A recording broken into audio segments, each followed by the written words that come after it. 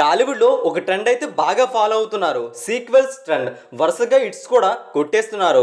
ఇదే కోవలో ఇప్పుడు భారీ అంచనాలతో ఎప్పటి నుంచో ఎదురు చూస్తున్న సీక్వెల్ అనౌన్స్మెంట్ కూడా వచ్చేబోతుంది.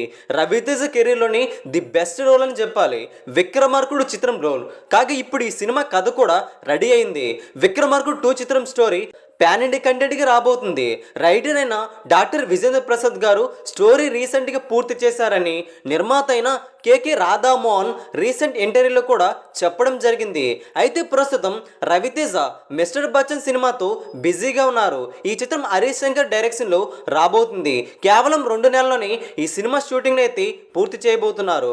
అనంతరం విక్రమార్కుడు 2 చిత్రం స్టోరీపై కసరత్తులు చేయడమే కాకుండా ఈ సినిమా నుండి అఫీషియల్గా అనౌన్స్మెంట్ కూడా రాబోతుంది. ఇది పండగ వార్తని చెప్పాలి. ఇక్కడే మరొక ట్విస్ట్ కూడా ఉంది.